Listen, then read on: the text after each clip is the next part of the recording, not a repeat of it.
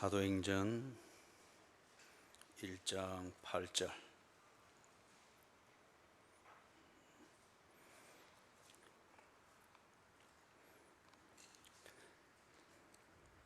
사도행전 1장 8절. 오늘 본문 강의는 한 절입니다.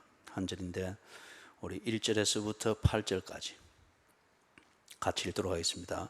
데오빌로여, 내가 먼저 쓴 글에는 무릇 예수께서 행하시며 가르치시기를 시작하신부터 그가 택하신 사도들에게 성령으로 명하시고 성천하신 날까지의 일을 기록하였노라. 그가 고난받으신 후에 또한 그들에게 확실한 많은 증거로 친히 살아계심을 나타내사 40일 동안 그들에게 보이시며 하나님 나라의 일을 말씀하시니라. 사도와 함께 모이사 그들에게 분부하여 이르시되 예루살렘을 떠나지 말고 내게서 들은 바 아버지께서 약속하신 것을 기다리라. 요한은 물로 세례를 베풀었으나 너희는 몇 날이 못되어 성령으로 세례를 받으리라 하셨느니라. 그들이 모였을 때에 예수께 여쭈어 이르되 주께서 이스라엘 나라를 회복하심이 이때니까 하니 이르시되 때와 시기는 아버지께서 자기의 권한에 두셨으니 너희가 알 바 아니요 오직 성령이 너희에게 임하시면 너희가 권능을 받고 예루살렘과 온 유대와 사마리아와 땅끝까지 이르러 내 증인이 되리라 하시니라. 아멘.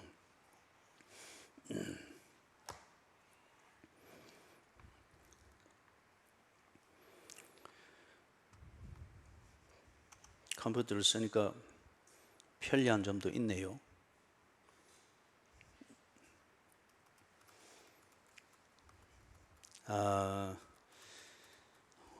오후 예배에 이제 하는 것은 지금 오전 예배에 보았던 강의를 했던 그 내용의 연장선상으로 보든지 아니면은 그 성령을 우리가 성령의 세례를 받는다 하는 이 문제가 해결이 안 되면은 오전 예배에 우리가 다루었던 그 내용들은 우리하고 별 연관이 없어집니다. 그냥 하나의 종교적 심볼이 되든지 그리 되겠죠. 그래서 오늘 오후에 하는 이 말, 사도행전 1장 8절이 실제적으로 어떤 의미인지, 그리고 우리에게 이게 실제적으로 일어날 때 어떤 내용이 되는지, 이게 실제일 때에 오늘 오전에 우리가 보았던 것, 오순절 날에 성령이 임하시는 것, 이것도 실제가 되고, 그리고 그런 성령님이기 때문에 또 예루살렘 도성에서 오순절에 대한 그러한 종교적 분위기가 형성되어 있는 그때에 성령님이 그때에 오시는 것이 참 계시적 의미가 있다, 이렇게 우리가 연관을 할 수가 있습니다. 자, 먼저 오늘 이 오전 그리고 오후 또 다음 주 그리고 그 다음 주 이렇게 사도행전에서 성령의 일하심이라는 이 큰 테두리 안에서 해나갈 때 부디 바라기는 여러분의 성령의 충만에 대한 선입관이 잘 지워질 수 있기를 바랍니다. 그리고 성경이 가르치는 바에 대해서 성령을 이해하시고, 그리고 성령께서 가르치는 바대로 성령의 세례, 다른 말로 하면 성령의 충만을 받는 그 신앙생활을 바로 할 수 있기를 바랍니다. 그리고 성령의 충만을 받지 아니하고는 우리가 그리스도인으로서 살기는 살되 지 목성 감당을 못합니다. 하나님 나라에 크게 유익이 안 되는, 언제나 우리 표현으로 말하면 구제 대상으로서 그렇게 살게 되어집니다. 그래서 이렇게 살지 않도록 하기 위하여서 성령의 세례를 우리에게 약속하셨고, 그리고 성령의 세례를 받아야만 하는 겁니다. 자, 먼저 사도행전 1장 8절에 보면은 오직 성령이 너희에게 임하면 너희가 권능을 받고 예루살렘과 온 유대와 사마리아와 땅끝까지 이르러 내 증인이 되리라, 그렇게 말씀하셨단 말이에요. 그러면 성령이 사도행전 1장 8절에서 말하는 이 내용들 같으면 성령이 하시는 일이 뭡니까? 권능을 주시는 겁니다. 사도행전 1장 8절에 있는 이 내용에서는 성령이 하시는 일을 권능을 주시는 것. 요한복음 14장, 15장, 16장에서 예수님이 성령에 대해서 제자들한테 자세하게 가르쳤죠. 그때의 성령이 하시는 일은 보혜사입니다. 보혜사인데 와서 어떤 걸 두고 우리를 가르쳐 주시고 상담해 주시는 것, 죄와 의와 심판에 대해서, 그죠? 가르쳐 주시고 또 우리를 하여금 예수를 믿게 하시는 그 일을 한다 했죠. 자, 그래서 오늘 읽었던 이 본문에서는 성령이 하시는 일이 무엇인가? 권능을 베푸시는 일입니다. 그래서 오직 성령이 너희에게 하면 너희가 권능을 받고, 다른 말로 말하면은 여기서 말하는 이 권능, 이것은 울어도 되지 않고 힘써도 되지 않고 참아도 되지 않습니다. 성령의 세례를 받을 때에만이 사도행전 1장 8절에서 말하는 권능을 받게 됩니다. 예? 그렇기 때문에 이 문맥과 상관없이 뭐 보통 성령 집회한다 또는 성령 충만을 위해서 뭐 어떤 방식으로 기도한다, 그 사람들이 이상해요. 성령 얘기만 나오고 그래서 기도한다 이러면은 막 열광적으로 뭐 하려고 막 손뼉을 치고 난리를 치고 이렇게 한단 말이에요. 여기 지금 그런 말이 전혀 없습니다. 전혀 없어요.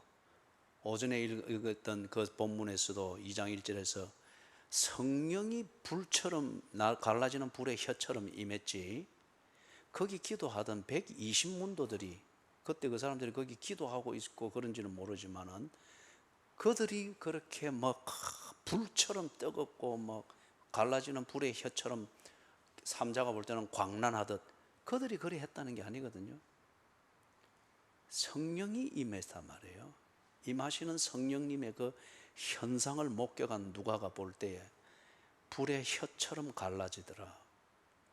이제 그리 되는데 우리가 꼭 성령을 언급하면서 그리고 성령의 충만을 갈구하면서 기도한다 하게 될 때에는 꼭 불처럼 뭔가를 이렇게 사람이 뭘 하는 걸 말하는데, 중요한 것은 지금 성령이 우리에게 임해서 성령의 세례를 줄 것이다. 예수님이 말할 때는 뭐라 했습니까? 딱 두 가지를 말했거든요. 두 가지를. 예루살렘을 떠나지 마라. 그리고 아버지께서 약속한 것을 기다려라. 금식해라는 말 안 했습니다. 제가 이거 금식이 필요 없다 이 말을 하는 게 아니에요. 그 다음에 막 손뼉치고 광란적으로 막 열광적으로 예수님이 그리 하면서 성령을 기다리라 말하지 않았습니다. 때로는 그렇게 기도해야 될 때가 있습니다. 그건 기도하는 사안이든지 그 기도에 대한 그 사람의 개성이든지, 그리고 사람들마다 대화를 통해서 자기를 표현하는 방식이 있고 그렇잖아요. 어떤 사람은 두 마디 세 마디 나가면 막 먼저 머리부터 뜨거워져 가지고 막 손짓 발짓 이게 막 더 막 열심이잖아요. 그것도 대화의 한 방식은 방식입니다. 그러나 누구나 다 그렇게 해야 된다고 하는 것은 아니라는 거죠. 자, 조금 돌아와서 성령이 하시는 일은 권능을 베푸신다고 합니다. 사도행전 1장 8절에서 말하는 그 맥락에서 볼 때 그렇습니다. 그런데 이때 말하는 권능은 거듭나게 하는 그 성령의 일을 말하는 게 아닙니다. 앞에서도 우리가 그 1장 1절에서부터 8절을 할 때 보았죠. 지금 사도행전에서 누가가 말하는 성령의 세례, 이 말의 의미는 성령의 충만의 의미와 같습니다. 바울이 성령의 세례를 말할 때에 그때 말하는 것은 성령이 아니고는 누구든지 예수를 주라 시인할 수 없다. 그거는 뭡니까? 거듭남의 신앙 고백입니다. 예수를 구세주로 시인하고 영접하지 아니하고는 거듭날 수가 없습니다. 그래서 너희가 거듭나지 않고는 하나님 나라를 볼 수가 없느니라. 예수님이 니고데모에게 그리 말했죠. 그죠? 그렇기 때문에 거듭나지 아니한 성령 충만은 있을 수가 없습니다. 그때 말하는 성령 충만은 자기 착각이든지 자기 도취이든지 아니면 심한 경우는 악한 영에 씌었든지, 그죠? 성령의 세례, 바울이 사용하는 성령의 세례의 개념은 우리를 거듭나게 하는 세례입니다. 다른 말로 해서 예수가 나의 구세주인 것을 알게 하시는 성령의 일이죠. 그리고 그 예수를 나의 구세주로 믿게 하는 성령님의 일입니다. 그래서 그 성령님의 은혜를 통해서 우리가 하나님의 자녀가 된단 말이에요. 세례를 받는 이 의미로서. 그래서 성령의 세례. 그런데 누가가 여기서 성령의 세례를 말하는 이것은 그런 개념이 아니고 성령의 충만을 말합니다. 성령의 충만. 그렇기 때문에 여기서 말하는 이 권능이라고 하는 것은 소위 말해서 기적을 베풀고 초자연적인 일을 퍽퍽 베풀고 뭐 성령 받으라 하면은 막 휘딱휘딱 다 넘어지고, 그때 어떤 사람은 다 넘어진 지는 안 넘어질라 미안해가지고 또 넘어져 주고 막 이런 쇼들이 일어나고, 예수님이 약속하신 성령의 세례는 그런 게 아닙니다. 그런 초자연적인 일이 때로는 일어날 수가 있습니다. 그러나 그게 목적은 아니고 그것을 위해서 성령이 충만케 하기 위해서 오신 것이 아니라는 겁니다.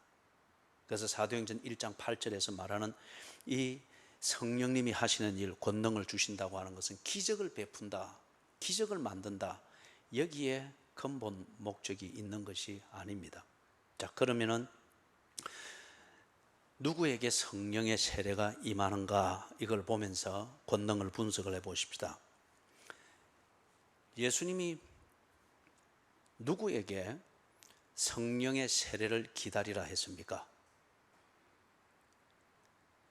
예루살렘을 떠나지 말고 아버지께서 약속하신 것, 그게 성령의 세례였죠.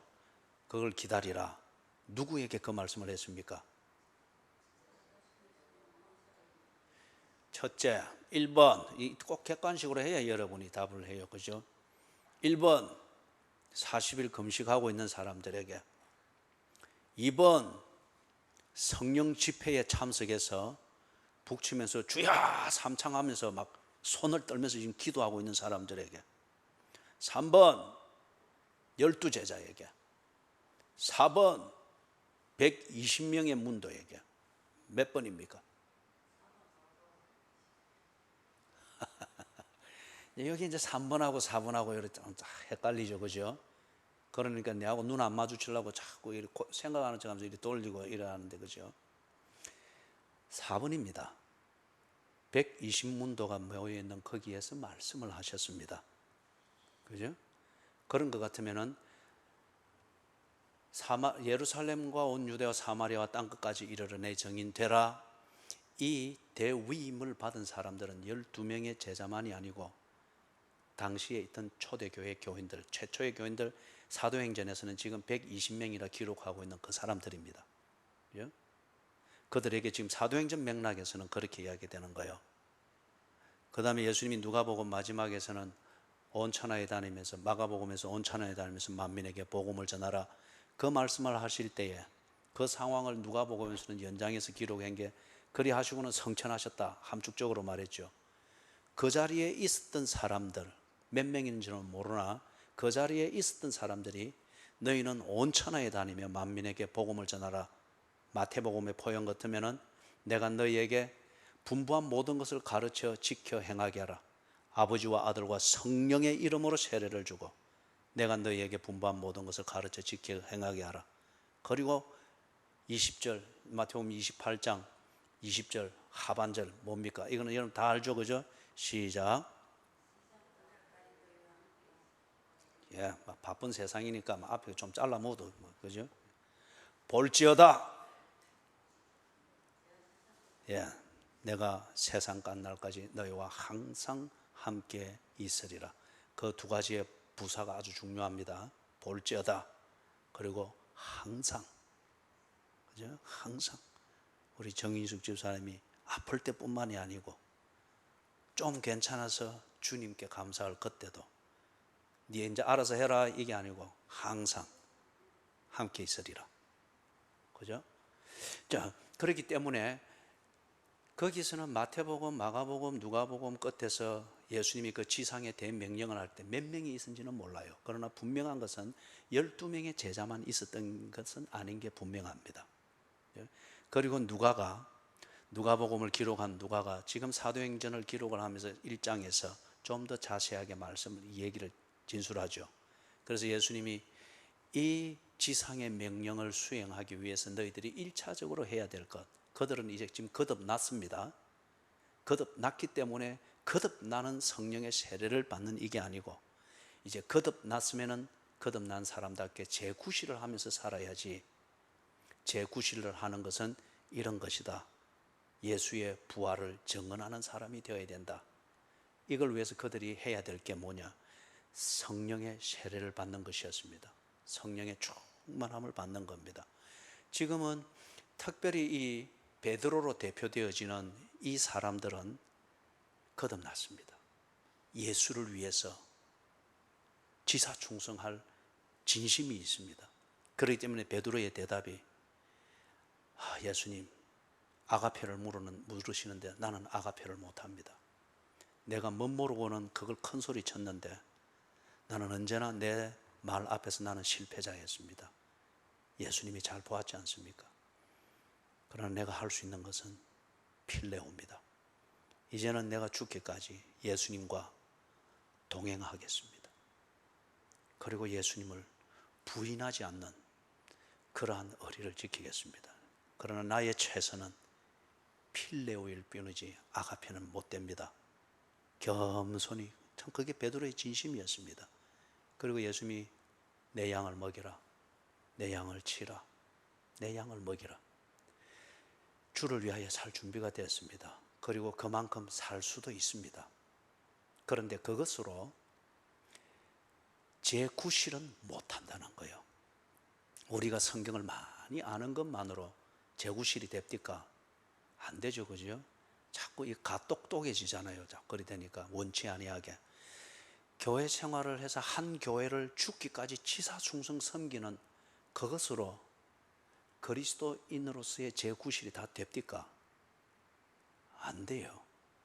그런 경우에 그게 참 귀합니다마는 적지 아니하는 경우에 터줏대감이 되는, 본인도 자신도 모르는 사이에 터줏대감이 되어버려가지고 일종의 예루살렘의 영의 역할을 하게 되는 걸 보게 됩니다. 그렇기 때문에 베드로가 대표적으로 고백했던 것처럼 주님 준비됐습니다. 참 이제는 제가 압니다. 주를 위하여서 살기를 원합니다. 그러나 내 진심은 오병이어에 지나지 않습니다. 나는 아가페를 할 수 없습니다. 필레오, 즉 인간의 최선을 다한 그 사랑, 그것을 위해서는 내가 기꺼이 헌신하겠습니다. 그죠? 이러한 이 제자들에게, 그들이 몇 명이냐? 지금 이 사도행전을 보니까 지금 120명입니다. 이들에게 지금 예수님께서 이 말씀을 지금 하시는 거예요. 이 말씀을. 그러면은 누구에게 성령의 세례가 임하는가? 예수님의 이 당부를 받은 사람들, 다른 말로 해서 예수의 증인이 되는 삶을 살기로 작정된 사람들, 그들에게 성령의 세례가 임합니다. 왜냐하면 그리스도인의 재구실을 하도록 하기 위해서. 주를 필레오합니다. 주를 사랑합니다. 최선을 다하여 사랑하겠습니다. 그것도 귀한 고백인데 그것으로는 재구실이 안 돼요. 재구실이 안 돼요. 그래서 이 재구실을 할 수 있도록 예수의 증인되는 삶을 살고자 하는 그리스도인들 120명, 현장으로 볼 때는 그들에게 이 성령의 세례가 임하게 되어 있단 말이에요. 자, 그러면은 여러분의 질문이 이것일 수 있습니다. 그러면 그 120명의 문도로 기록되어 있는 그 사람들은 예수님의 증인으로 사는 삶을 실천하고 있습니까? 그런 질문이 있을 수 있겠죠. 그죠? 왜냐하면 예수님의 당부를 받은 이 사람들에게 임한다고 했으니까 이 120문도가 예수님의 증인되는 삶을 실천하고 있었습니다. 그걸 우리가 사도행전 1장에서 보았거든요. 뭔가 하면은 첫째, 그들은 예루살렘을 떠나지 아니했습니다. 예수님이 예루살렘 떠나지 말아 했죠. 그죠? 예수의 증인되는 삶을 위해서 그들이 1차적으로 해야 될 것은 예루살렘을 떠나지 말아라. 그들이 예루살렘을 안 떠났습니다. 그들이 그냥 예루살렘에 뭐 여기서 시간도 남는데 보낼 겸 겸사겸사 있으면 예수님의 말씀도 순종하고 되지, 그런 상황이 아니잖아요. 오늘 오전에 우리가 보았죠, 그죠? 예루살렘은 특히 이 예수를 믿는 이 120명에게는 대단히 위험한 장소였습니다. 일상생활을 유지하기가 거의 불가능한 장소였습니다. 그렇기 때문에 그들이 다락에 다 모여 있잖아요. 이걸 중심으로 해서 잠깐 출입을 하면서 이게 모여 있잖아요.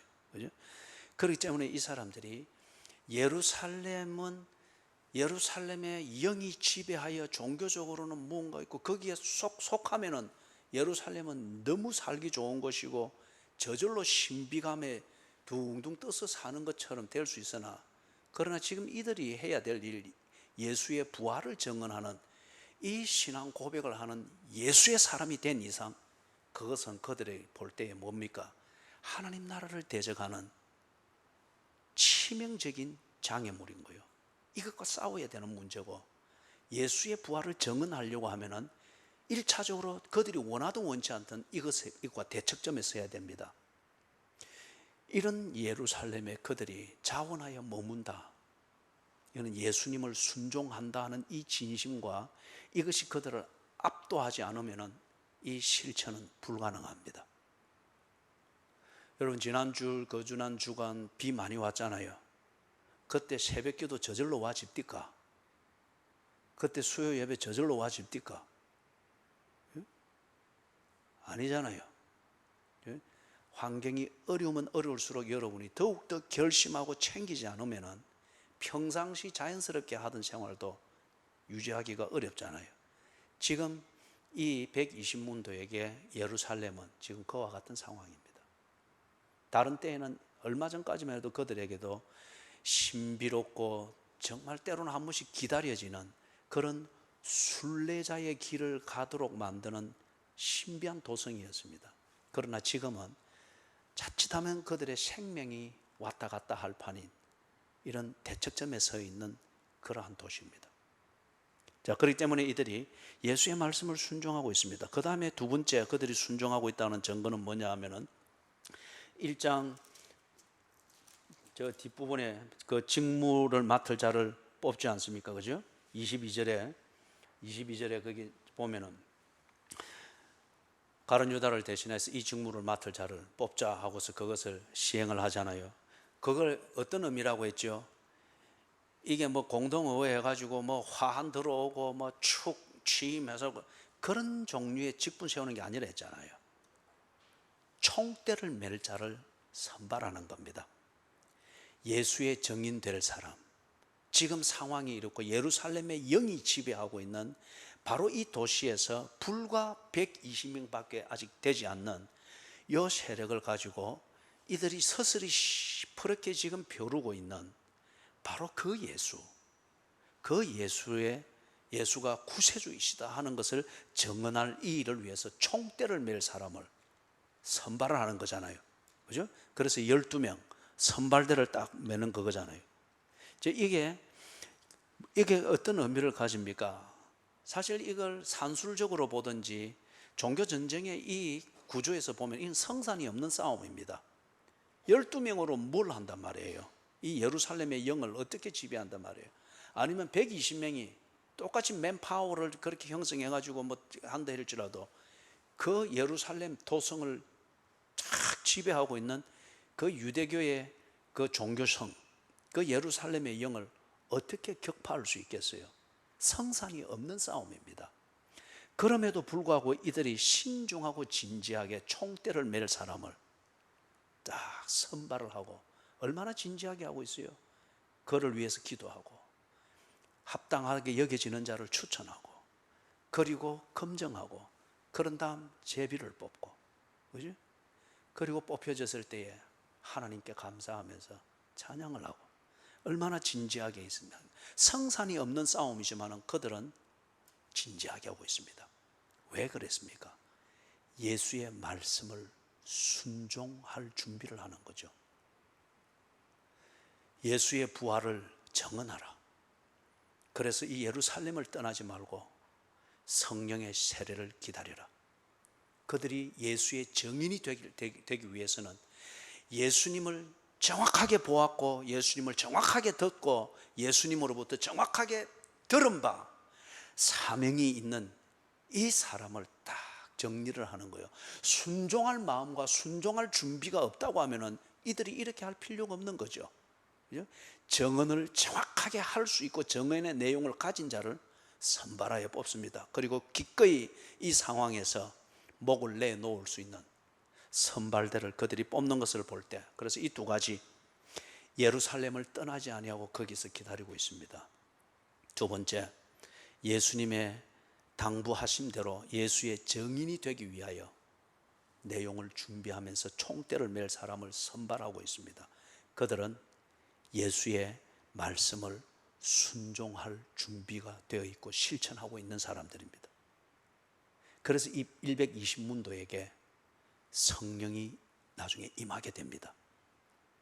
예수의 증인이 되는 사람, 그 일을 위해서, 그걸 감당하도록 하기 위해서 성령이 오셔서 권능을 주겠다고 했잖아요. 그죠?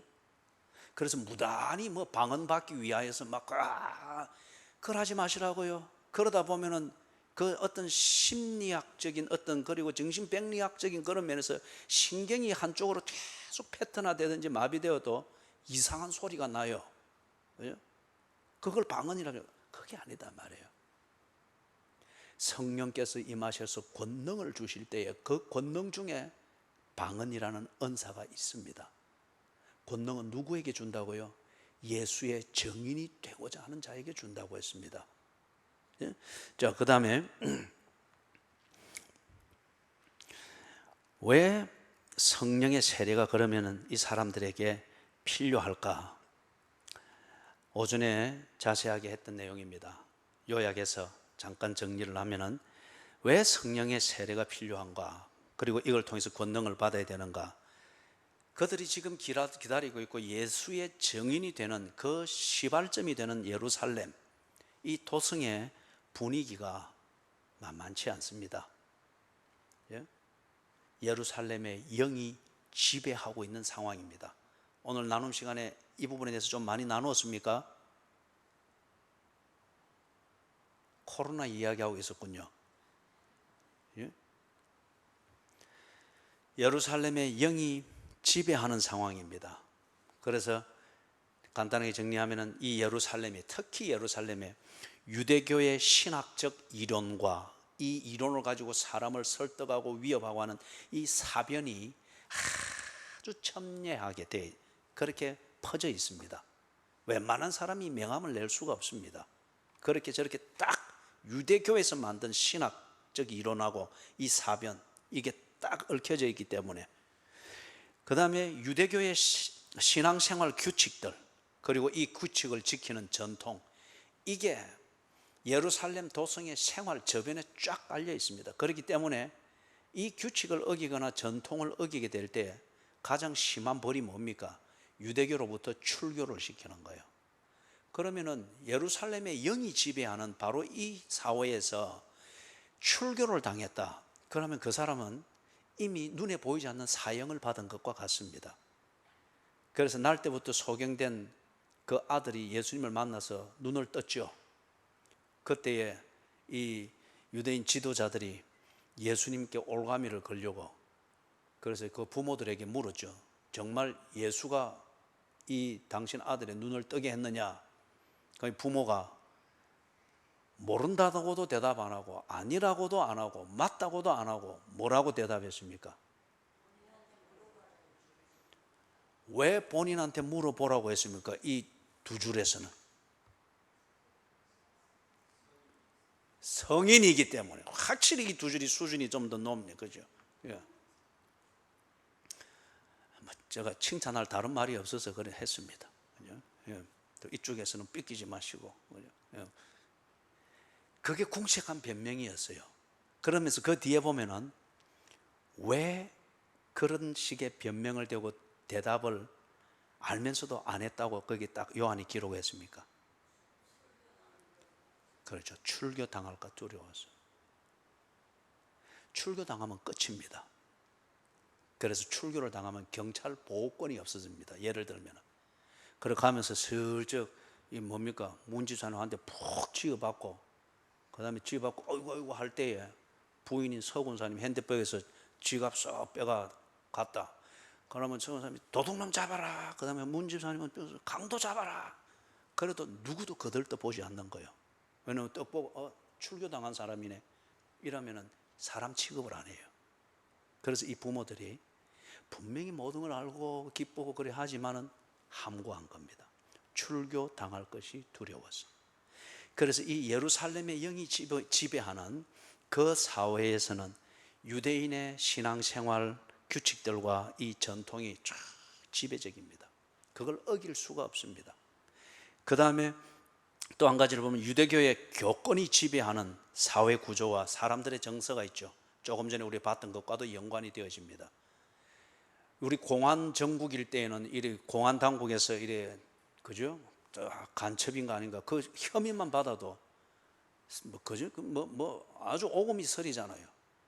제가 초량에 아주 어릴 때 초량에 있을 때 그때 정말 제가 어렸을 때인데도 3살, 4살쯤 됐나?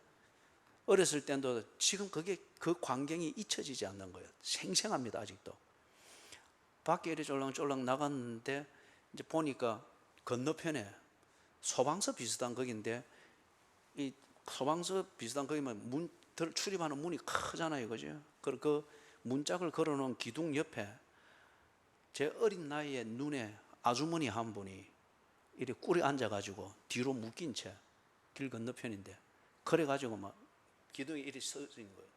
그런데 그 군인이 지나가면서 막 구두발로 막 차고 짓밟고 막 그때 1960년대 초반이잖아요, 그죠? 지금 1960년 그 반공 뭐 또 공안 정국 이리 되면은 혐의만 받으면은 막 그리 짓밟고 해도 그게 전혀 불법이 아니었어요.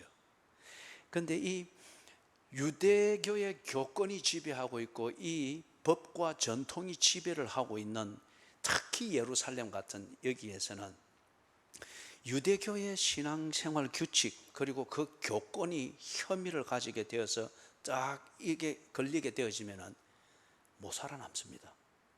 그리고 내가 속해 있는 그 사회의 이웃들이든지 이 사람들도 한순간에 부정한 자다라고 해서 다 등을 돌린단 말이에요.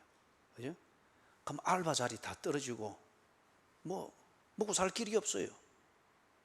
사회 분위기가 그렇단 말이에요. 그 다음에 거기에 우리가 잘 알고 있는 박해와 핍박, 특히 예수를 참남한 자라 하여서 십자가에 못 박혀 죽였는데 그런데 이 사람들이 120문도가 그들은 예수가 구세주다, 예수가 하나님이 약속한 자 메시아다 이리 하게 될 때에 예수를 죽인 그들이 이들을 가만두겠어요? 박해와 핍박이 그래서 이때로부터 점점 구체화되어지기를 시작하죠. 자, 그런 때 이런 상황에서 이 사람들이 예루살렘에서 견뎌내겠느냐? 그죠? 자기들이 지금 내가 주를 사랑하는 줄 주께서 아시나이다. 진심은 주께 드려져 있습니다. 그리고 죽어도 주를 위하여서 산다. 이 진심이 있고 고백이 있습니다. 그러나 능력이 없습니다. 이걸 감당해낼 수 있는 능력이 없어요. 거기서 박해를 받아 죽을 수는 있겠는데 그러나 그리스도인으로서 지 한 목숨에 값을 하고 살면서 죽을 수 있는 능력은 없는 거예요. 여러분 무슨 말인지 이해가 되세요? 예? 그래서 이 120문도가 특히 총대를 메고자 자원한 이 선발대 12사도가 주를 위하여서 충심이 있고 진심이 있고 기꺼이 목이라도 내놓을 수는 있는데 그러나 어떤 변화도 예수의 부활을 증언하는 이것을 제대로 하고 이 결과를 만들어내는 이것을 할 수 있는 능력은 없는 거예요. 그냥 저항하고 자기 입장 지키다가 그냥 사라지는 것 이것밖에 안 되는 상황인 거죠. 여러분 무슨 말인지 이해가 되세요? 예? 자, 그래서 지금 예수님께서 자기의 정인이 되고자 하는 자들에게 바로 권능을 주시겠다는 겁니다. 당신의 영을 보내서 그 영이 권능을 주어서 내가 주를 사랑하는 줄 주께서 아시나이다. 이게 그냥 자신의 진심을 증명하는 것, 그리고 이 진심이 있는 베드로와 같은 교인들이 이 진심만큼 주를 위해서 뭔가 효과와 결과를 만들지 못했을 때 그 사람이 정말 마음이 행복하겠어요? 안 그렇잖아요. 내가 사랑하는 아내가, 내가 사랑하는 자식이, 내가 사랑하는 것만큼 그들이 뭔가를 성취를 하고 자신감이 있고 이렇게 사는 걸 못 보게 될 때, 자식을 사랑하고 아내를 사랑하는 것은 진심이지만은 내 한 목숨이 이렇게 그름처럼 사라지는 것, 보람을 느낄 수 있지만은 원하는 그 결과를 만들지 못할 때, 그렇기 때문에 부모가 죽을 때 자식과 또는 아내를 남겨놓고 죽을 때 눈 감는 게 그리 힘이 들잖아요. 그죠? 그걸 사랑하지 않았기 때문에 그들을 가난에 남겨두는 것이 아니라 능력이 없기 때문이에요. 예수님께서 베드로와 이 120문도의 이 진심을 받아줍니다. 그리고 이 진심이 그들에게 뒤에 미안함과 죄책감이 되지 않도록, 그리고 베드로가 두 번 다시 예수님의 눈길을 피해서 앞에서 막 관심을 끌려고 설치기는 설치인데 예수님의 눈길에 사로잡히는 게 부담스러운 그러한 신앙인이 되지 않도록 하기 위해서 오직 성령이 너희에게 임하시면 너희가 권능을 받고 예루살렘과 온 유대와 사마리아와 땅끝까지 이르러 내 증인이 되리라. 네가 나를 필레어하겠다고 하는 그 진심, 그 진심대로 네 삶이 네게 모순이 안 되도록 그 진심대로 살 수 있도록, 그리고 열매를 맺을 수 있도록 권능을 주겠다. 그게 지금 사도행전 1장 8절에서 말하는 권능의 개념입니다. 그래서 이걸 정리를 하면은 그래요. 권능이 무엇인가? 예수의 증인되는 삶을 사는 것이 성령이 주시는 권능입니다. 병 고치는 은사, 방언하는 은사, 예언하는 은사, 이것이 지금 1차적인 주제가 아니에요. 성령이 주시는 권능, 그것은 무엇이냐? 예수의 증인이 되는 삶을 살게 되는 것. 이거는 성령이 우리에게 주는 권능이 없이는 안 되는 거예요. 그러면 구체적으로 볼 때 이런 거예요. 예수님을 구세주로 믿고 시인하는 것. 그렇죠? 우리 로마서 10장 10절입니까? 거기에 마음으로 믿어 무엇에 이르고 입으로 시인하여. 마음으로 믿게 되어지는 것은 바울이 쓰는 개념의 성령의 세례를 받고 거듭남입니다. 입으로 시인하는 것은 그리스도인답게 살아내는 겁니다. 이 진심과 바람은 있으되 이것은 성령이 우리에게 주는 권능이 없이는 이걸 실제로 살아낼 수가 없는 거예요. 예수를 구세주로 믿고 시인하게 되는 이 권능, 그리고 예수 그리스도의 복음을 바로 알고 증거할 수 있는 이 권능. 이 권능을 할 때 다른 한편 딱 따라오는 게 당장 뭡니까? 가짜 복음을 구별해낼 줄 아는 겁니다. 가짜 복음을 구별해낼 줄 아는 거. 여러분 꼭 기억하십시오. 예수를 믿는 것은 마음 좋고 마음 착해지는 것, 이걸 말하는 게 아니에요. 마음 좋고 마음 착해져서 허하는데 가짜도 오고 진짜도 오고, 그러니까 이 막 지금 현대 교회가 짬뽕입니다. 무슨 맛인지도 알 수 없는 짬뽕입니다. 가짜 복음을 구별하고, 그리고 동시에 예수 그리스도의 복음을 바로 알고 이것을 제대로 증거할 수 있는 것, 이게 성령이 주시는 권능의 열매입니다. 또 다른 것은 반기독교적인 분위기에서 그리스도인이 마땅히 해야 될 일상의 생활을 담담히 해나가는 겁니다.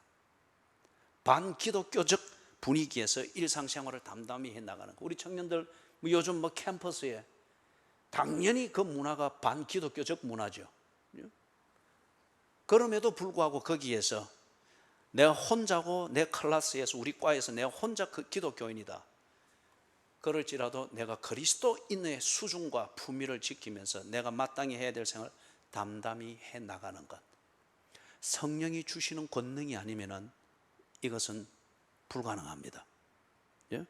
성령이 주시는 권능이 내게 임할 때에 박해와 핍박을 견뎌냅니다. 예? 박해와 핍박을 견뎌내는 걸 낭만스럽게 어느 정도는 견뎌낼 수 있습니다.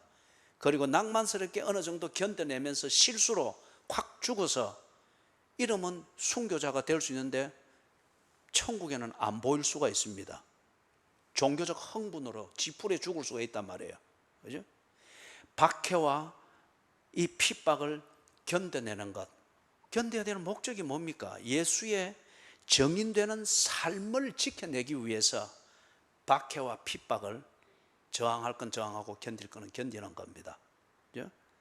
성령이 주시는 이 권능을 입을 때에 그리스도인의 사명, 그리스도인의 품위, 그리스도인이 지켜야 될 수준을 지켜냅니다.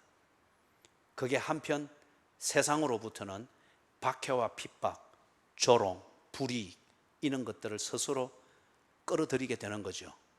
그럴지라도 이걸 견뎌냅니다. 이게 성령이 내게 주시는 권능의 열매입니다. 그래서 성령이 내게 주시는 이 권능이 임할 때에 그러면 종합해 보면 뭐죠? 경건의 훈련에 힘씁니다. 이게 성령의 충만을 받았다는 증거예요. 예? 이 이전에 요한복음 21장에서 베드로가 얼마나 주님을 사모했습니까? 내가 주를 사랑하는 줄 주께서 아시나이다. 그러나 어떻게 해야 되는지는 몰랐습니다. 사랑하는 마음은 간절했으나 그 마음을 가지고 주를 사랑하는 삶을 실천하는 것은 어떻게 해야 되는지는 몰랐습니다. 예? 이걸 지금 예수님께서 베드로의 안타까움이 되지 않도록 풀어주고 계시는 거잖아요. 예? 그래서 성령의 세례, 성령의 충만을 받게 될 때 경건의 훈련에 힘쓰는데, 이 경건의 훈련에 힘쓴다고 하는 게 뭔가, 예를 들면 성경을 연구합니다. 그죠? 그냥 눈도장 찍기 위한 성경 읽기 습관이 아니고 예수를 알기 위해서, 내가 정언해야 될 내용을 정확히 알고 준비하기 위해서 성경을 읽고 듣고 연구하고 외우고 적습니다. 기도합니다. 이게 성령의 권능으로 이루어지는 기도 생활이에요. 그죠? 여러분, 이걸 꼭 잊어서는 안 됩니다. 기도는 생활입니다. 그래서 우리는 교회에서 기도 생활이라 이렇게 부르는 거예요. 기도는 한 번의 이벤트가 아니에요. 그건 종교에서 하는 겁니다. 기도는 생활입니다. 예를 들면 엄마와 딸이 있는데 대화가 없이 이 딸이 치킨 먹고 싶을 때만 전화로 부엌에 있는 엄마한테 지방에서 이래요. 엄마 치킨 있어? 나와. 응. 그리고 나가가지고 맛있네? 많이 먹어? 그래. 또 꾸덕꾸덕 다 먹었어. 끝. 이거는 치킨을 먹기 위한 이벤트로서의, 기능으로서의 대화라고 하는 것을 잠시 했을 뿐이에요. 대화는 교제가 생활이듯이 교제를 만드는 대화는 우리의 몸에 밴 생활이잖아요. 기도는 하나님과의 대화입니다. 그렇기 때문에 하나님께 하는 기도는 이벤트가 아니에요. 생활입니다. 그래서 이걸 생활화하는, 이걸 알도록 하기, 훈련시키기 위해서 철야 기도도 하고 새벽 기도도 하고 기도를 자꾸 연습하게 하고 경험하게 하고 하나님을 만나는 기회를 만들고 자꾸 그렇게 하는 거예요. 그죠? 그런데 어떤 분들은 깊은 밤에 기도하면 기도빨이 받는다. 그래서 꼭 예배는 안 오고 그 시간에 기도만 하러 오고 철야 기도하는 데만 찾아다니고 이런단 말이에요. 그 예루살렘의 영이에요. 우리나라의 이 교계가 어느 때부턴가 이 철야 기도라는 이것에 신비감을 두고 이것 하면 또 뭐 문제가 해결되고 하는 이런 식의 정서를 만들었고, 많은 교인들이든지 예수를 안 믿는 사람들도 어느 교회 철야 기도가 용하다, 능력이 있다, 뭐 소위 말해 또 뭐 영빨이 있다, 그러면 막 가서 막 해사잖아요. 예루살렘의 영이죠, 그게. 경건의 훈련에 힘쓴다. 실제 상황이 뭔가? 성경을 연구합니다. 기도 생활에 힘씁니다. 예배 생활에 힘씁니다. 그리고 한 가지 더 예를 들면 성도의 교제에 힘씁니다. 경건의 생활에 있어서 성도의 교제가 얼마나 중요한지 모릅니다. 철이 철을 벼른다고 했죠. 그죠? 철을 날카롭게 할 때에 나무로는 안 됩니다. 철을 날카롭게 할 때, 그때에 더 강한 철에 이걸 비비고 갈 때 날카로워지고 칼날이 쫙 서게 되는 거죠. 그죠? 쫙 서게 되는 거죠. 자, 그래서 성령이 임하면 권능을 받고, 그 권능을 받게 된 이것을 한 가지로 딱 종합을 해보니까 경건의 훈련에 힘쓰는구나. 경건은 다른 말이 아니고 하나님을 닮아가는 삶입니다. 하나님을 닮아가는 삶. 영어 표현으로 godly life 되어 있죠, 그죠? godly life. 하나님 분위기가 나는 것. 다른 말로 하면 하나님을 닮아가는 그 삶. 이게 경건의 훈련, 경건의 삶인 거예요. 그렇기 때문에 기도, 성경, 예배, 성도의 교제, 이것 없이 하나님을 더 많이 알고 하나님을 더 깊이 알고 하나님을 닮기 위해서 나와 싸우는 이 생활이 성숙될 수가 없죠. 성령의 권능을 받을 때 이게 가능해집니다. 그렇기 때문에 여러분이 성령 충만을 받기를 원하면은 경건의 훈련을 돌아보십시오. 그리고 누가 성령의 충만을 말하면은 그 사람이 경건의 삶을 바로 하고 있는지 그걸 딱 살피십시오. 그러면 가짜인지 진짜인지 구분할 수 있습니다. 자, 그러면은 성령의 세례를 받으면은 어떻게 달라지는가? 너희가 권능을 받으면, 권능을 받고 예루살렘과 온 유다와 사마리아 땅까지 내 증인이 되리라. 그렇게 달라진다고 합니다. 그게 어떤 의미인지, 먼저는 성령의 충만을 받게 됐을 때 이 120문도가 팀을 만들어 가지고 보아라 라고 하는 식으로 해서 예루살렘을 차지하기 위해서 예루살렘을 차지하기 위해서 종교 전쟁을 해오고 교권 싸움에 휘말리는 이런 무모한 짓을 하지 않습니다. 그거는 성령이 주시는 권능의 열매가 아닙니다. 그죠? 그게 아닙니다. 단지 그 부분에 대해서는 이들이 성령의 권능을 받았을 때 이래 할 거예요. 아닌 것은 아니라 할 것이고 옳은 것은 예라고 할 것입니다. 그죠? 조금 더 이걸 구체적으로 말하면은 그들은 예수의 구원의 복음을 증언하기를 시작할 것입니다. 예수 그리스도의 복음을 증언하기를 시작한다. 이걸 위해서 당연히 따라오는 삶의 내용이 있죠. 그들은 분명히 가치관이 새롭게 정리가 될 겁니다. 제가 늘 자주 강조하는 우리 그리스도인의 가치관 세 가지. 첫째, 둘째, 셋째, 화는 내지 마시고. 따라합니다. 네, 이건 이제 이 교회에서 내가 최초로 해봅니다. 설교 전에. 제가 따라합니다. 하나님 중심, 성경 중심, 교회 중심. 성령이 임해서 성령이 주시는 권능을 받았을 때에 어떻게 변하는가? 이렇게 가치관이 바뀝니다. 하나님 중심으로 사물을 봅니다. 성경 중심으로 도덕을 판단합니다. 교회 중심으로 내 생활의 우선순위를 정리를 해 들어가기를 시작합니다. 이게 주시는 능력이 아니면 안 되는 거죠. 당연히 일이 될 때에 이걸 생활로 보면 이렇습니다. 진로에 대해서 고민하기를 시작합니다. 직업에 대해서 고민을 합니다. 결혼, 이걸 로맨틱한 분위기로 끌려다니는 것이 아니라 예수의 증인이 되는 삶을 위해서 합당한 결혼, 이것을 살핍니다. 사는 지역, 어디에 살아야 예수의 증인되는 삶에 더 효과적일까?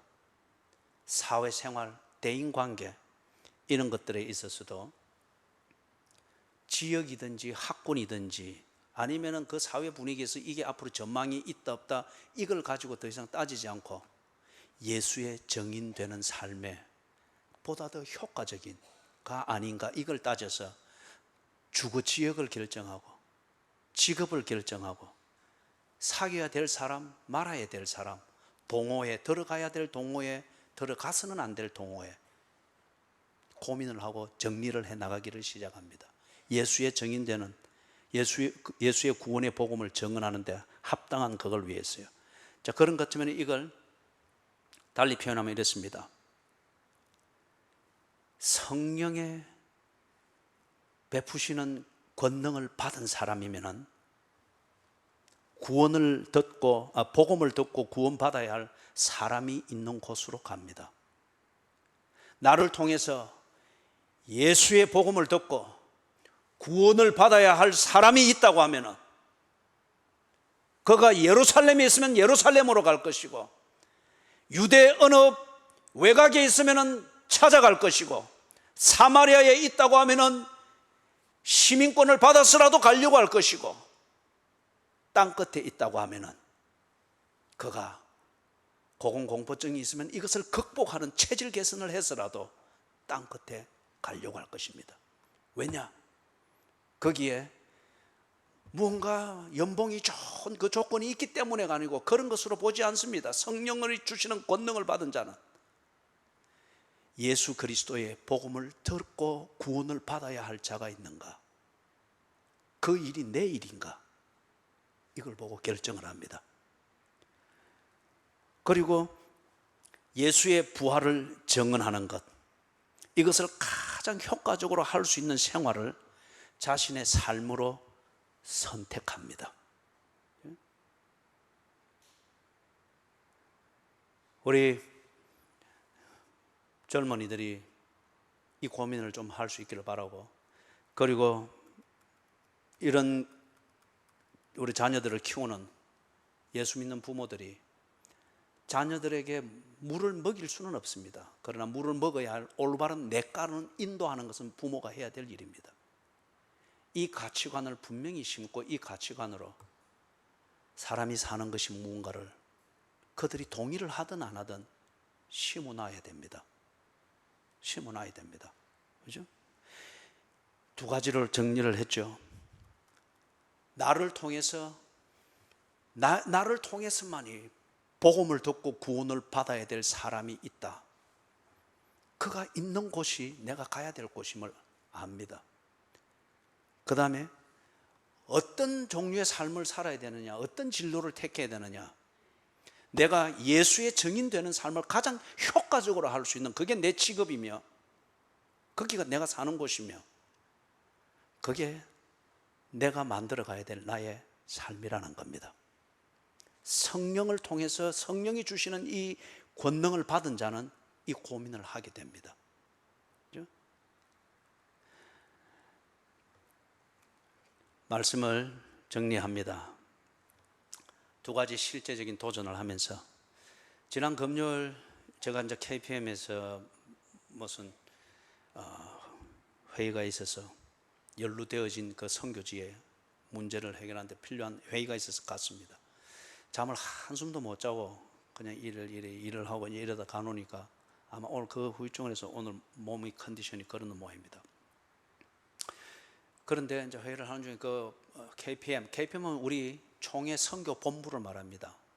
우리 교단에서 파송한 모든 선교사들을 관리하고 또 선교사를 발굴해서 파송하고 이 모든 일들을 총괄하는 데가 총회 선교 본부입니다. 그래서 영어로는 약자로 그냥 KPM 이렇게 합니다. 그 본부장이 마지막에 그래 고민을 털어놓아요. 다른 우리 얘기를 하면서, 지금은 한 10년 전만 해도 거기 선교사가 되려고 할 때에 지원을 하고 그 다음에 면접을 합니다. 면접을 해서 기본적인 소양과 교회 생활과 이런 면에 있어서 기본적으로 또 전문성에 있어서 어느 부분을 개발할 수 있는 게 되어 있고, 딱 이 면접이 통과가 되어지면은 그 훈련원에서 딱 입소를 해서 3년 집중 훈련을 받습니다. 거기에 합숙을 하면서. 그런 다음에 그 다음 선교지로 나가가지고 경험을 합니다. 인턴십을 합니다. 그래서 내가 알기로는 이전에는 한 6개월을 집중하여서 이제 그러다 보면 자신의 모든 기존의 진로와 이것으로는 딱 단절이 되는 거예요.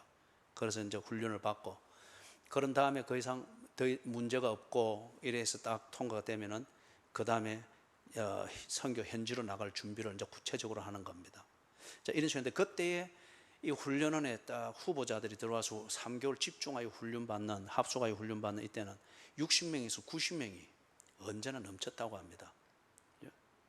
그런데 지금은 10명이 되기가 어렵다 그래요. 선교사가 되기 위해서 지원하는 젊은이들이 없답니다.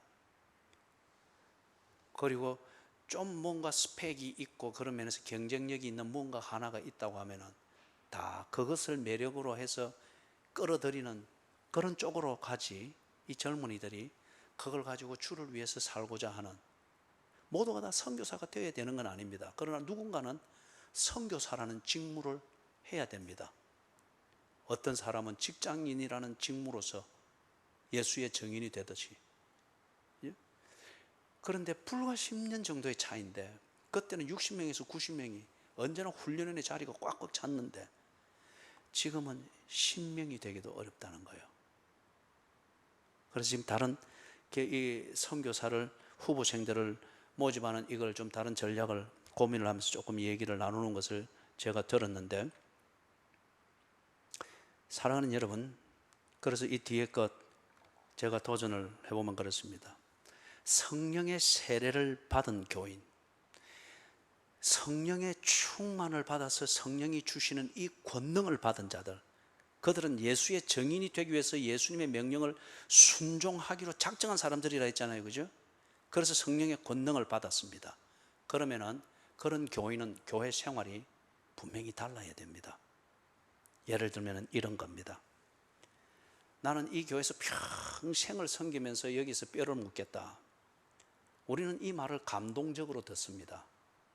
개 중에는 그리 해야 될 사람이 있습니다. 그 일을 위해서 그 직무로 부름을 받은 교인들이 들어 있습니다. 또 그게 필요하기도 하고요. 그게 그 사람으로서는 예수의 증인되는 삶입니다.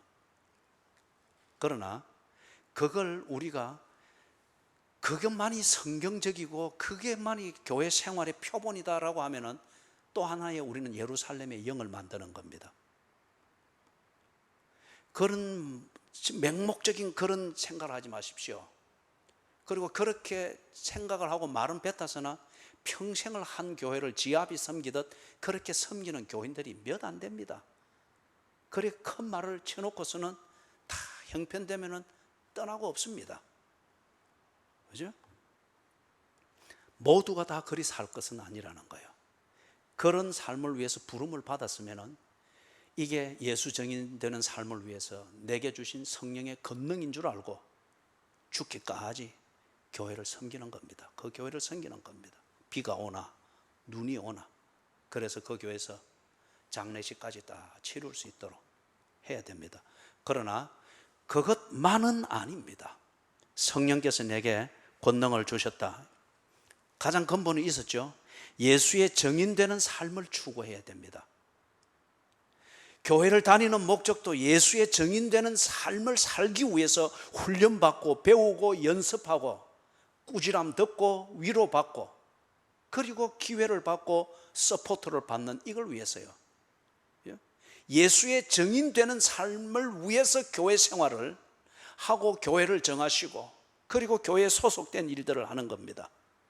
그런 것 같으면은 교회를 통해서 다른 무엇보다도 예수의 정언, 예수에 관한 정언할 내용을 보고 듣고 배우고 경험하십시오. 그러지 않으면은 당신은 교회 생활을 정말 엉망으로 하고 있는 겁니다. 단지 당신은 뭔가 그 교회를 지배하고 있는, 한쪽을 지배하고 있는 예루살렘의 영의 지배를 받으면서, 그죠? 편가람을 배우고 있을 뿐이에요. 착하다, 순진하다, 그걸 지금 말하는 게 아니에요. 착하고 순진하고 순수하다, 좋아요. 내가 주를 사랑하는 줄 주께서 아시나이다, 좋아요. 그러나 그것이 전부는 아니다는 거예요. 그게 안타까움이 되지 않도록 해서 예수께서 당신의 영을 보내서 권능을 주었다고 하는 것 같으면은, 그러면은 재구실을 해내야 됩니다. 그 재구실이 뭡니까? 예수를 증언할 이 일을 해내야 됩니다. 그러면은 증언할 내용을 보고 듣고 배우고 증언하는 훈련을 받고, 그죠? 이것을 하는 것이 교회 생활입니다. 그 다음에 교회 생활을 하는 가운데 이게 준비가 되고 어느 정도 배웠을 때에 분명히 여러분을 그 일을 하도록 구체적으로 부름이 있을 겁니다. 나의 정언을 들어야 할 사람이 있는 곳으로 가도록 하십시오. 그게 삼자가 볼 때는 교회를 옮기는 것일 수 있습니다. 그러나 여러분의 교회를 옮김이 나의 정언을 들어야 할 그 사람이 있고, 그는 꼭 나의 정언을 통해서 예수의 구원을, 복음을 더 잘 들을 수 있고 그래 해야 된다. 가십시오. 교회는 사람이 몇 명이 모여 있느냐, 그것으로 결정되는 문제가 아닙니다. 다윗이 골리앗을 향하여 나아갈 때입니까? 하고 난 뒤입니까? 뭐라고 고백했습니까? 하나님의 구원이 사람의 뭐에 있지 않다고요? 사람의 수에 많고 적음에 있는 것이 아니라고 했습니다. 지금 가족과 나누어져 있고 그 가족과 함께, 내가 지난주에는 그래 어느 한 가족에게 그 이야기를 했어요. 뭐 우리 교회 누굽니까? 그런 걸 물을 필요는 없어요. 우리 교인일 수도 있고 아닐 수도 있고. 그래서 가족이 나누어서 이리 다니고 이리. 가족이 이제는 한때 뭉쳐야 안 되겠습니까? 할 수만 있으면 부모가 있는 교회로 다 모이도록 그리 하시죠. 사랑하는 여러분, 여러분의 정언을 들어야 할 사람이 있는 그곳으로 가십시오. 다른 교회면 다른 교회, 이단일 경우는 갈 필요가 없습니다. 그래서 불러내야죠. 선교지면 선교지, 아니면 직장이면 직장을 옮기시고, 사는 곳이 너무 멀어서 안 되면 그가 사는 곳으로 옮기든지, 여러분이 사는 곳에 그 사람이 올 수 있도록 거주지를 마련해서 집을 소개하든지 해서, 그렇게 해서 예수의 증인이 되는 이 삶을 보고 듣고 배우고 훈련받았으면 그것을 사용하도록 주께서 인도하고 부를 때에 기꺼이 순종하십시오. 그래서 바울과 바나바가 시리아에 있는 안디옥 교회에서 몇 년 있다가 선교사로 파송됐죠. 1번 1년, 2번 1년 반, 3번 3년. 몇 번입니까?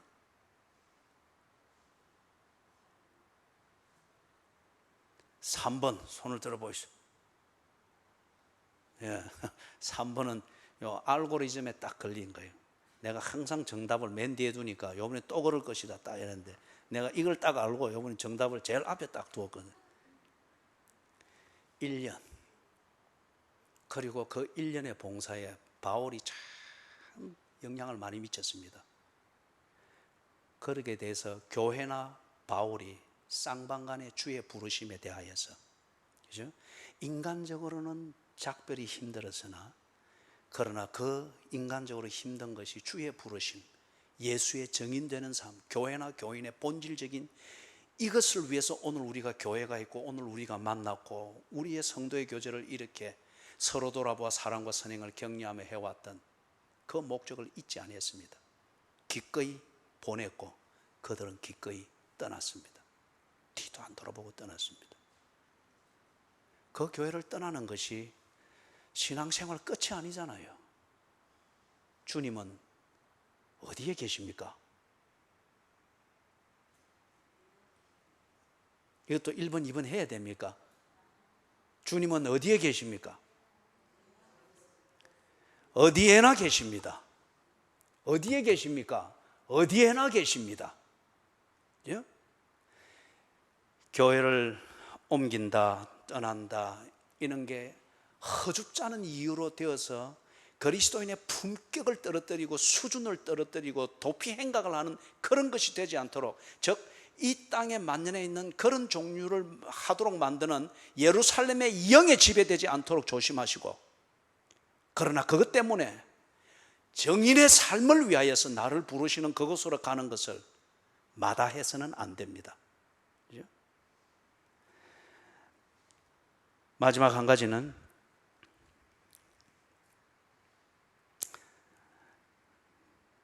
마지막 한 가지가 아니네요.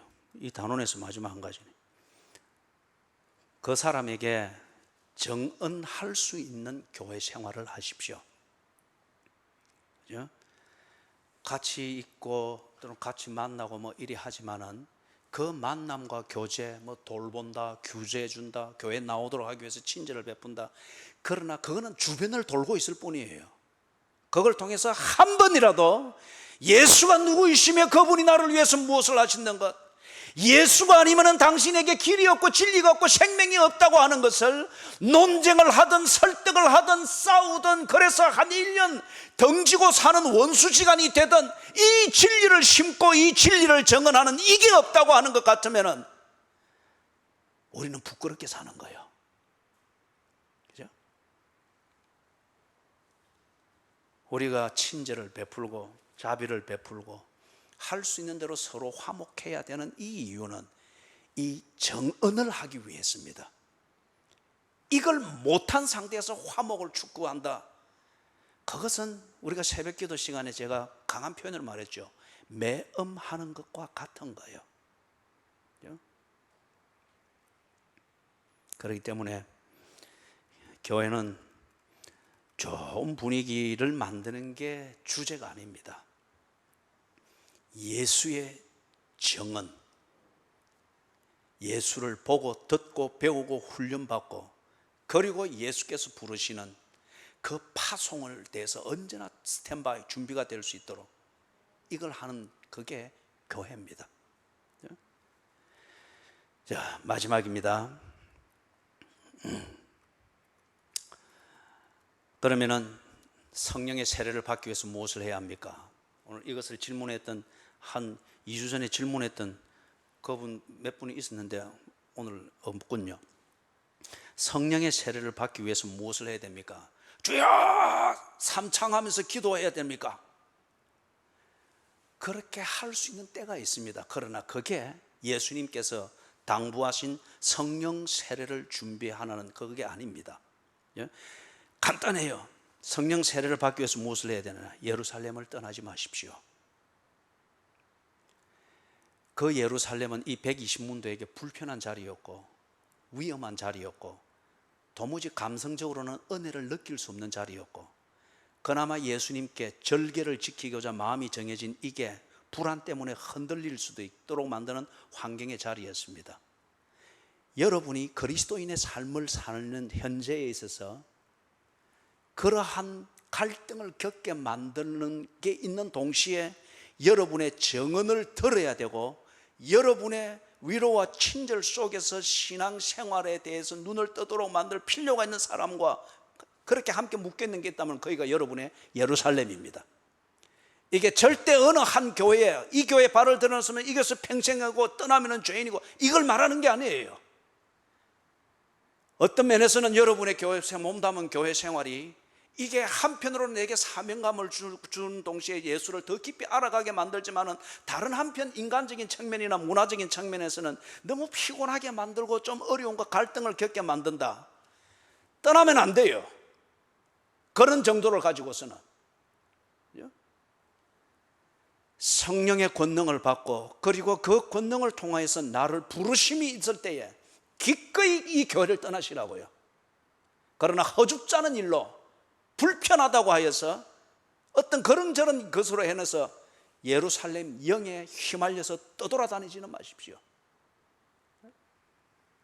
예루살렘을 떠나지 마십시오. 결혼관계가 여러분의 예루살렘일 수 있겠고, 지금 가정형편이 예루살렘일 수 있겠고, 여러분의 직장생활이나 진로가 지금의 예루살렘일 수 있습니다. 그러나 그 여러분이 스스로 예루살렘이라 도장을 찍어서는 안 돼요. 그죠? 내가 떠나기 싫으니까, 조금 더 불편한 건 있으나 좀 더 얻을 수 있는 무언가가 있으니까, 그래서 예루살렘이라는 이걸 자기 합리화를 해서는 안 되고, 아전인수를 해서는 안 되고, 예수께서 말씀하신 자리, 그게 예루살렘입니다. 그 다음 성령 세례를 받기 위해서 준비해야 되는 것 두 번째, 마지막입니다. 총대를 매는 것을 자원하십시오. 오늘 설교가 잘 들어졌는지 이해되는지 질문을 해봅니다. 이걸 모르면 또 제일 앞으로 돌아가야 돼요. 이 질문에 대한 답이 제일 앞에 있거든요. 성령의 세례는 누구에게 임한다고 했습니까?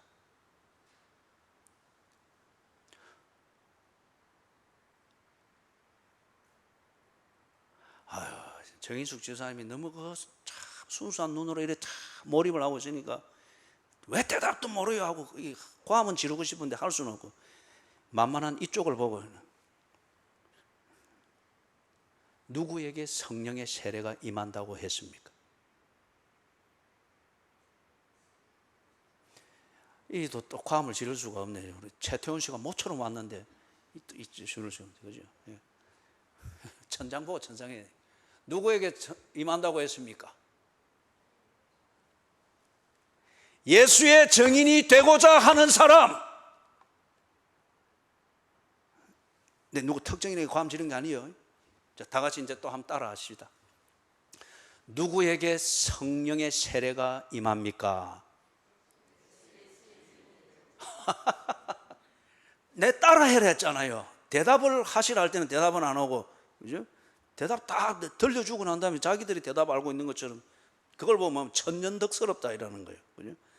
질문부터 대답하시, 내 따라 하십시오. 자, 누구에게 성령의 세례가 임합니까?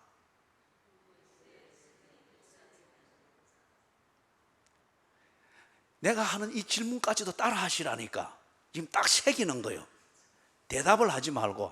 그죠? 예. 누구에게 성령의 세례가 임합니까? 답. 답은 안 와요. 처음부터 다시.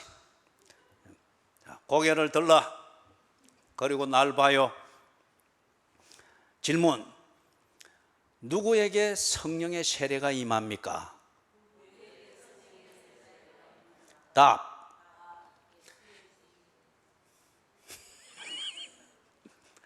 예수의 증인이 되고자 하는 사람에게 임합니다. 예. 저는 여러분들이 이 긴 설교 동안에 눈도 하나 깜짝 안 하고 다 지키길래 참 정말 잘 새기고 있다라고 생각했는데 제 착각이었습니다. 그죠? 자, 이제 따라하지 마세요. 누구에게 성령의 세례가 임합니까? 예수의 증인이 되고자 하는 사람에게 성령의 세례가 임합니다. 그래서 성령의 세례가 임하면 그가 그리스도인으로서 마음만 쓰는 게 아니고 마음 씀에 따라 재구실을 하게 됩니다. 권능을 받으니까. 그렇기 때문에 여기 성령의 세례를 받기 위해서 준비하십시오. 어떻게 준비하는가? 첫째, 예루살렘을 떠나지 마십시오. 두 번째, 총대를 매는 것. 무슨 말인지 알죠? 사도행전 1장 22절에 있는 것. 이 직무를 이어갈 자를 우리가 뽑자 그랬잖아요. 그 직무에 뽑힌 자 맞디하지 않습니까? 총대를 맬 자를 뽑자 이거잖아요. 그죠? 그래서 총대를 매는 것. 예수의 증인이 되는 이걸 위해서 예루살렘 영이 지배하는 이 상황이지만은 내가 두렵지만은 이것 때문에 물러서지 않고 예수의 증인이 되기를 내가 자원합니다. 핍박받을 일이지만 내가 당하겠습니다. 예수에 대한 증언은 누구보다도 내가 정확히 알고 있습니다. 내가 믿는 바를 내가 증언하겠습니다. 자원하십시오. 예수 앞에 자원하십시오. 그러면은 예수께서 여러분이 총대를 맬 수 있도록, 예수님은, 하나님은 절대 돌격 앞으로 해놓고 다 죽도록 내버려 두는 러시아의 그 레닌 혁명 때에 뒤에서 총 가지고 돌격 앞으로 하던 그러한 어설픈 장교가 아닙니다. 하나님은 돌격 앞으로 했으면 하나님이 앞장섭니다. 그리고 전쟁을 헤쳐냅니다.